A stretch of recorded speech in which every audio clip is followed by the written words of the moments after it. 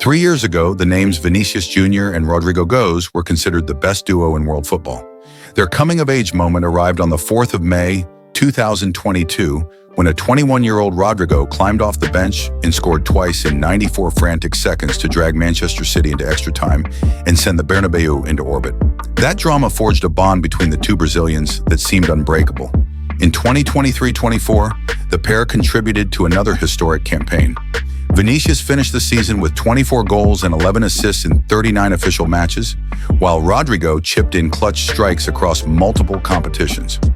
Most memorable was Vinícius's brace in Munich that salvaged a 2-2 draw in the first leg of the UCL semi-finals, setting up Madrid's march to Wembley.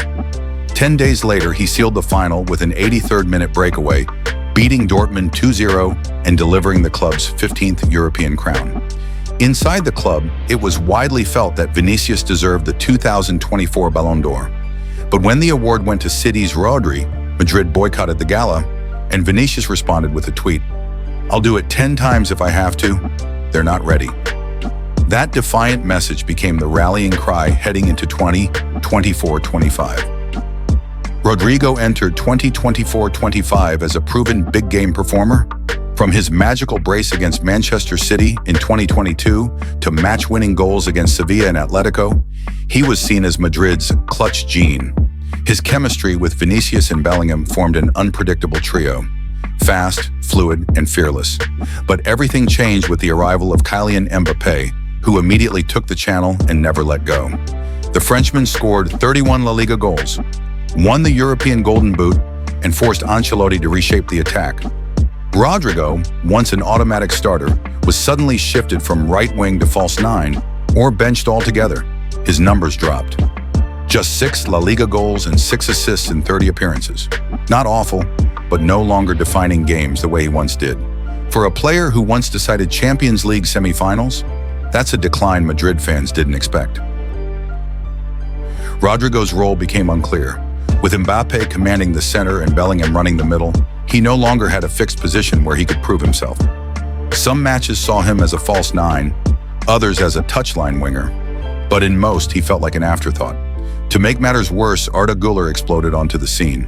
With 3 goals, 5 assists in La Liga, and a play style that fits Xabi Alonso's tactical system, Alonso's preferred 3-2-2-3 or Elver's style 3-4-2-1 relies on 2 interior creators buzzing behind a fixed front 3, rewarding playmakers who combine quickly in tight pockets.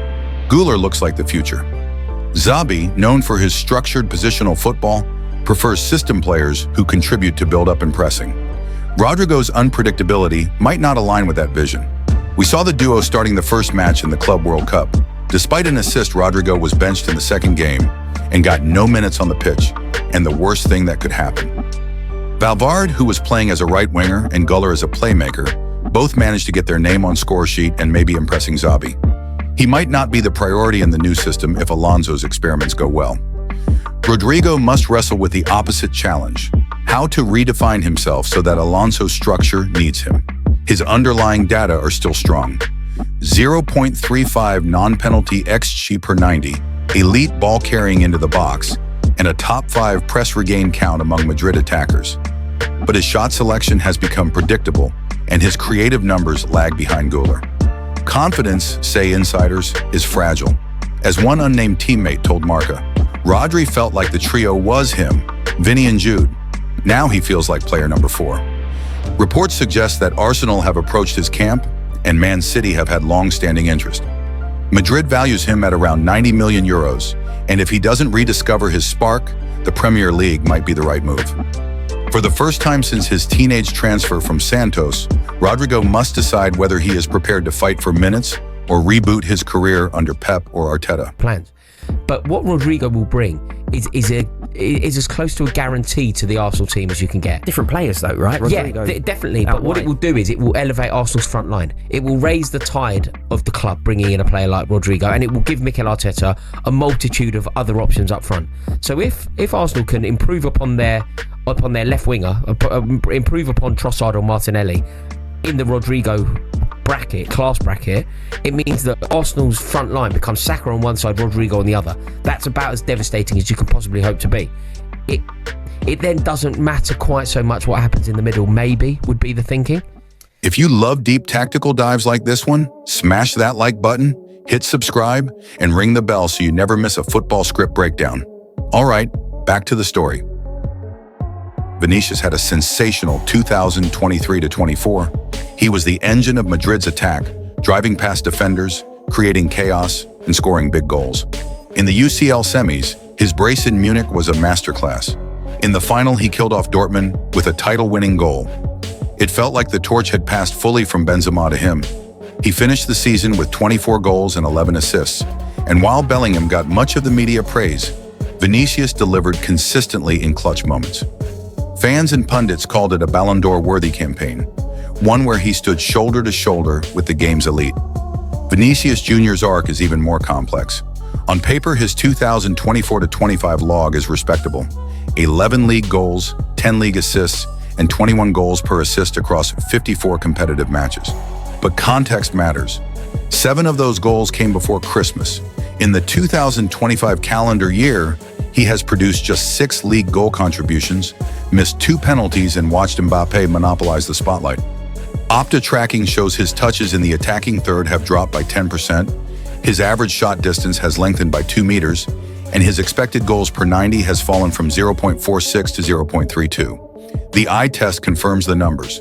Too often he drifts inside where Bellingham already operates. Too rarely does he receive the early isolation passes that made him unplayable against big European teams in previous years. Then there is the mental toll. Vinícius remains a lightning rod in Spain's toxic stadium culture.